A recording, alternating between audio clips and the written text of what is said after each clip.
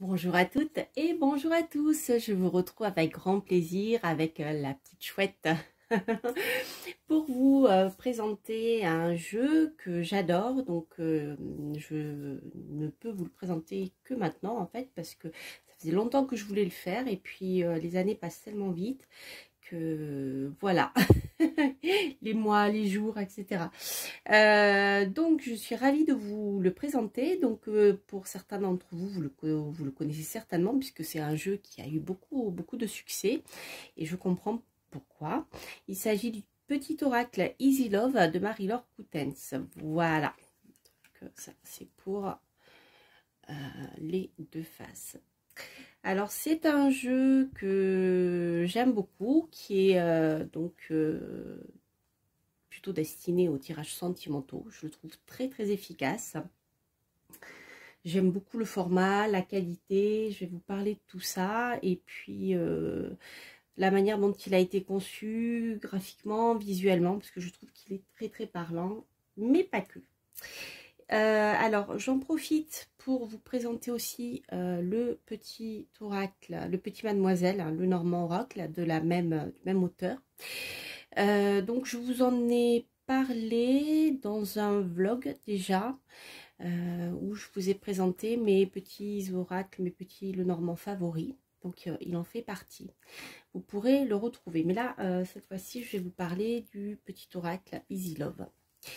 Donc en fait, c'est un oracle qui est... Alors, vous pouvez l'acheter avec un livre imprimé. Je crois qu'il est toujours disponible sous ce format-là. Mais sinon, vous pouvez aussi, vous avez en PDF le livre qui est joint avec, mais il n'est pas imprimé, c'est à vous de l'imprimer.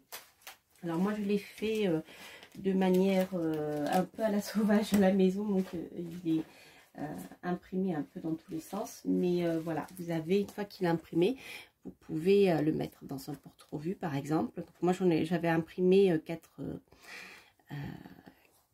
cartes par page, mais comme j'ai mal sélectionné mes trucs, c'est un peu mélangé. Mais voilà, vous avez normalement un livret dans l'ordre où vous avez toutes ces explications. Et franchement, il y a un gros travail qui a été fait au niveau de la symbolique des cartes.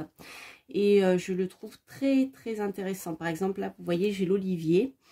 Vous avez un texte qui va avec. Je vais vous le lire parce que vous allez comprendre. Relation sereine et stable qui se déroule en paix, en totale harmonie. L'olivier est une force de la nature. Il est depuis toujours symbole de victoire, emblème des Jeux olympiques d'Athènes depuis l'Antiquité, et de force, réputé pour la robustesse de son bois. Il peut survivre en milieu aride et vivre plusieurs siècles. On dit alors que celui qui reçoit une branche d'olivier se voit protégé et assuré d'une relation durable et sans heurts. Vous voyez, donc il y a tout un travail qui a été fait au niveau symbolique, sur le plan aussi, je dirais, magique. Enfin, vous voyez comment chaque symbole est rattaché quelque part à un inconscient collectif ancien.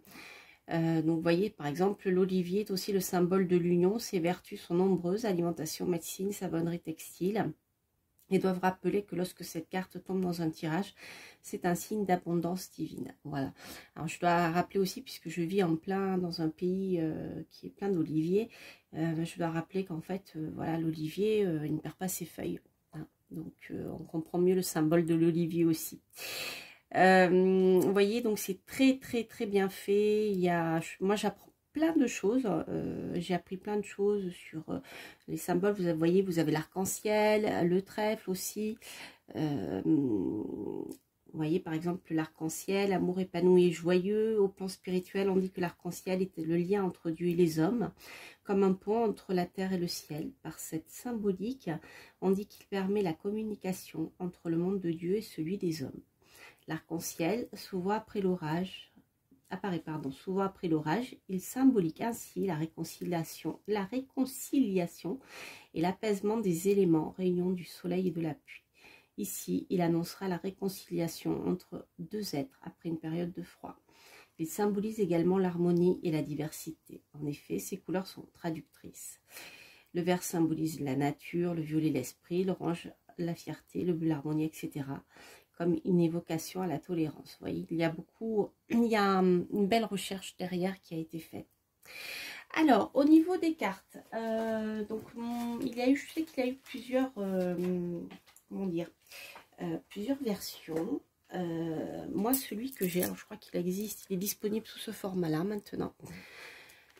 Vous avez les cartes, je ne sais plus combien il y en a, c'est un aura qui est composé de pas mal de cartes.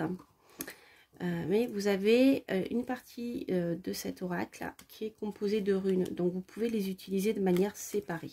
Moi, en général, je ne les utilise pas ensemble, je sépare les deux. Du coup, les runes vont vous permettre aussi de faire un tirage autre que sentimental, hein, puisque voilà, après vous pouvez adapter la signification des runes à chaque domaine de votre vie.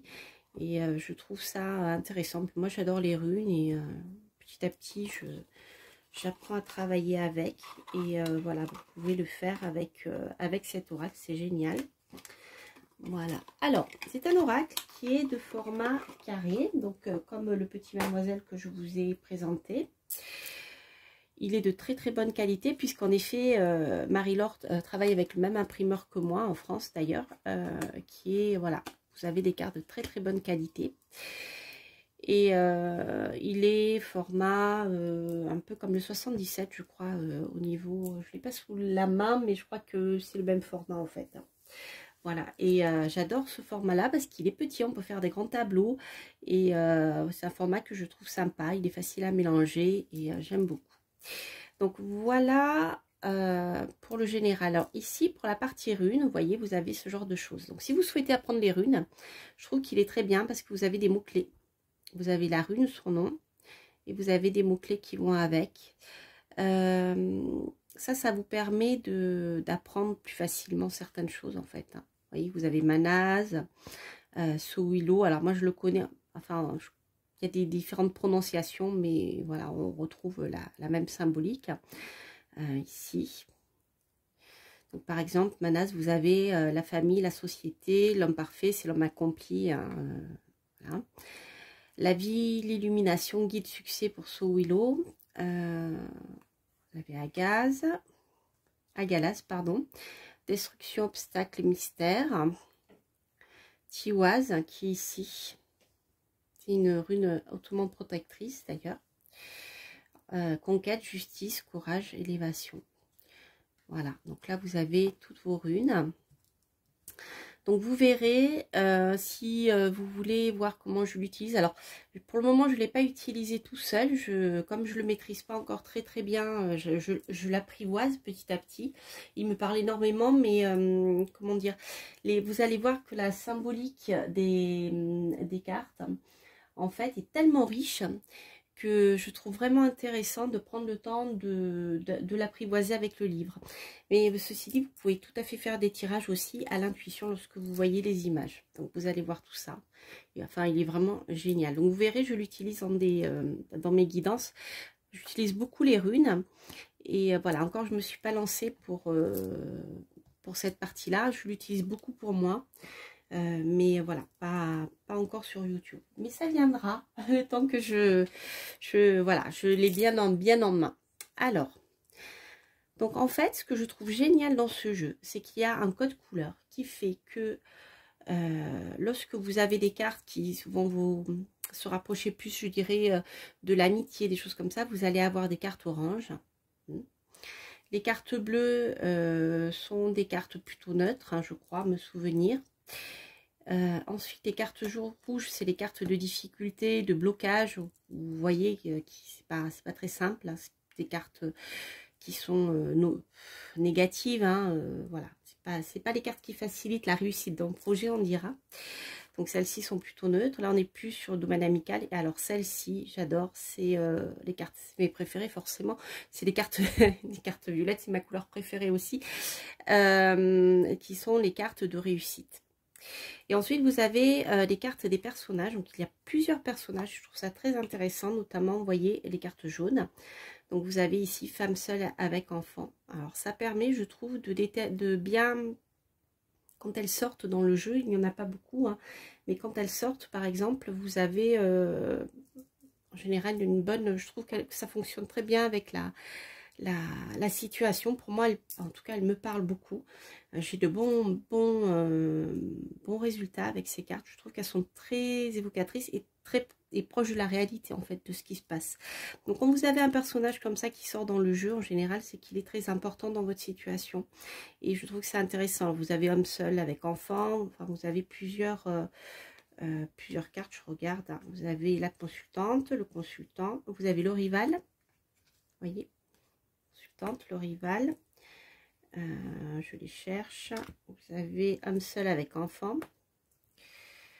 Qu'est-ce qu'on a d'autre? Hop, ah oui, ça, je vais vous le mettre de côté. Je vais vous en parler aussi. Hop. Elle glisse très très bien. Vous voyez, vous avez la famille, les relations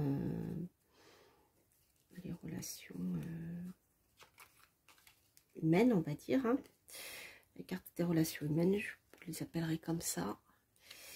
Et voilà, là j'en vois pas d'autres. Il y en a peut-être une autre, mais je ne veux pas passer trop de temps à les détailler. L'important c'est que vous compreniez, que vous visualisez comment ces cartes fonctionnent. Alors moi je trouve ça génial, c'est quelque chose que j'apprécie énormément dans les cartes. C'est visuellement, parce que je suis quelqu'un de très visuellement, de voir tout de suite quelle va être la polarité, la tendance générale. Si vous avez une majorité de rose, comme ça, enfin de rose violet, vous savez que le tirage va être beaucoup plus facile et beaucoup plus simple en ce qui concerne les relations sentimentales. Si vous avez des cartes oranges, alors je ne me rappelle plus exactement quelle polarité elle lui a attribué, mais elles sont très positives aussi. C'est des cartes de joie pour moi.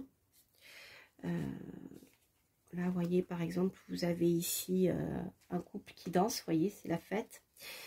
C'est un peu des cartes de conciliation. Enfin, c'est comme ça que moi, je les perçois. En plus, le orange, c'est quand même des cartes...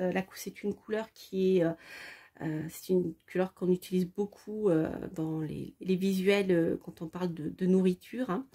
Mais c'est aussi une couleur chaleureuse qui donne envie de faire la fête. C'est une couleur qui donne la pêche, vous voyez. Voilà, vous voyez, là, il y a des discussions, un couple qui est en train de discuter allongé. C'est une carte, ce sont des cartes qui sont assez... une couleur qui est... Voilà. Je cherche le terme, en fait. C'est la joie, il y a quelque chose qui va très bien. Vous voyez, ici, vous avez des nouvelles dans le journal. Elles sont un peu plus neutres, entre guillemets. Voilà. Ensuite, vous avez donc ces cartes qui sont bleues. Là. Alors la lune, je ne me rappelle plus ce qu'elle lui a donné. Elle lui a attribué à cette carte. Là, vous avez le calendrier. Après, bien sûr, vous pouvez aussi le faire au feeling. Hein. Vous voyez, bon, il y a des cartes qui sont un peu plus complexes, comme celle-ci, la 14. Je vais regarder, mais je crois que il s'agit des fleurs de cerisier. Donc, ça va nous parler de quelque chose d'éphémère. Hein. Vous voyez, les fleurs de cerisier. Vous voyez, j'ai la rivale qui est là. Et le consultant. Donc, il y a quelque chose de positif, mais qui est éphémère. Vous voyez, ici, vous avez la balance qui va nous parler d'équilibre. Alors, en général, je trouve que c'est très facile, même sans connaître les cartes, d'avoir... une information qui nous vient tout de suite sur ce dont la carte parle et puis sa tonalité, si elle est plutôt positive, négative, neutre ou autre, hein, par la couleur. Mais vous voyez, je trouve que les symboles sont très simples et renvoient à quelque chose, facilement à quelque chose qui est dans notre inconscient. Comme ici, vous avez le blé. Le blé, c'est la maturation, c'est la maturité de quelque chose. Le blé arrive à maturité. Ça veut dire qu'une relation sentimentale va arriver à sa maturité. Les graines vont mûrir. Vous voyez, il va y avoir la possibilité de créer d'autres choses, etc. Donc, je trouve que c'est très, très bien. La porte fermée, eh bien, on voit que les choses sont un peu bloquées. Donc voilà, ce que je vous disais, c'est que dans un tirage, en général, je trouve ça génial parce que tout de suite, eh bien, si vous avez une tonalité de rouge, vous allez voir que bon, bah, va falloir ramer un peu. Hein, voilà, c'est pas très très facile. Peut-être même il y aura l'échec de quelque chose. Alors que si vous avez une tonalité de rose bleu, eh bien, vous aurez quelque chose, un tirage beaucoup plus facile et beaucoup, voilà, correspondant plutôt à vos souhaits, je dirais. Donc ici, vous voyez, on voit cette petite graine qui pousse, qui commence. Donc c'est le début de quelque chose qui est en train de fleurir. Ici, vous avez un cadenas qui est en train de s'ouvrir aussi. Ici, on a plutôt des nouvelles par boîte aux lettres. Ça peut être un message sentimental. Ici, on a des relations plutôt au lit. Interdit, bien voilà, interdit, ben, ça marche pas, quoi, c'est bloqué. Hein.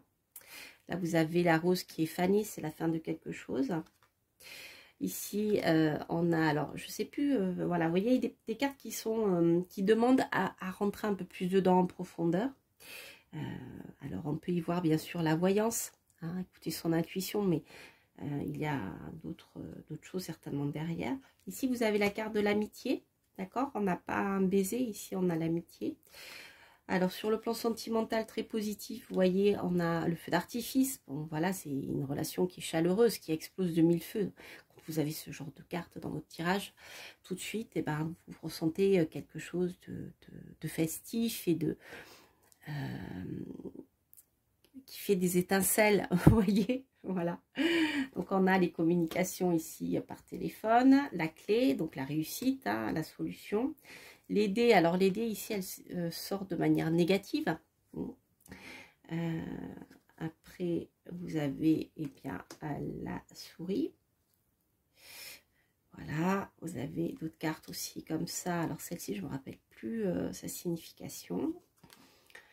Là, vous avez le yin et le yang. La rose, bon, ben, je crois que c'est pas la peine d'aller plus loin. Là, c'est la carte attention, danger. Faites attention, il y a quelque chose. Qu'est-ce qu'on a d'autre? On a le hibou et la chouette. Alors, les deux ont une signification différente. Je cherche aussi une carte. Voilà, vous avez le soleil pour la réussite. Alors, vous avez également, je ne vais pas toutes vous les montrer, mais vous voyez, c'est un peu l'esprit de la carte. Celle-ci qui nous parle d'un amour protégé. La connexion amoureuse, vous voyez, on a ici, on a peut-être même des âmes sœurs. Hein, on voit qu'ici, il y a une connexion au niveau du troisième œil. Donc, vous voyez, je trouve que ça parle beaucoup. Donc là, avec ici le volcan, on a une éruption volcanique. Alors, après, bien sûr, les cartes ont en elles une signification très particulière en fonction des cartes qui sont à côté. Parce que là, c'est une carte rouge, mais elle n'est pas négative dans le sens où, sauf si elle est entourée que de cartes négatives. Hein, mais il faut voir la signification dans je dirais le tirage de manière globale. Mais là, ici, vous voyez, vous avez le volcan donc, qui explose. Donc, il y a quelque chose de très chaud, de très volcanique, d'inattendu, hein, comme l'éruption d'un volcan, ce genre de choses. Voilà. Donc, avec ça, avec cette carte-ci, on voit ici, le mélange des deux donnera quelque chose de plutôt sympathique. Hein, plutôt que si vous aviez... je sais pas, ici, les médicaments, là, on parle plutôt d'un tempérament colérique, voire quelqu'un qui est violent, ou vous voyez, ce genre de choses. Donc, tout dépend des cartes qu'il y a à côté. Voilà, donc, vous avez des cartes, la carte du temps qui joue pas forcément en votre faveur. Après, pareil, tout dépend des cartes qu'il y a à côté. Je cherchais, voilà, cette carte-ci. Alors, après, il y a une autre carte qui est... Je vais le mettre là, voilà. Vous avez une autre carte qui est la carte, comme la carte bleue que l'on retrouve dans le Béline, ou je dirais le Joker dans les cartes de cartomancie. Vous avez la carte du soleil qui guérit toutes les cartes négatives qu'il y a. Voilà. Voilà, d'une manière générale, je ne vais pas vous présenter toutes les cartes, mais vous voyez, c'est un jeu qui est très symbolique et qui nous rend... je trouve que les illustrations sont extrêmement parlantes, hein, sans avoir forcément besoin de rentrer dans les détails, à part, comme je vous le disais, eh bien, quelques cartes. Et puis après, c'est en fonction de chacun aussi comment le jeu résonne.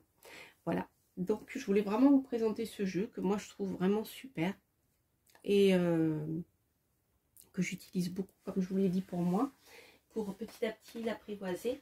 Je voulais quand même juste regarder quelque chose. Je vois que j'ai encore un peu de temps. Par exemple, hop, je vais regarder la carte 64, celle que je vous ai montrée. Alors, comme je les ai imprimées un peu n'importe comment, ça me demande un peu de temps. Voilà, c'est ça, c'est les flammes jumelles, c'est pas les âmes sœurs. Vous voyez, j'étais pas loin.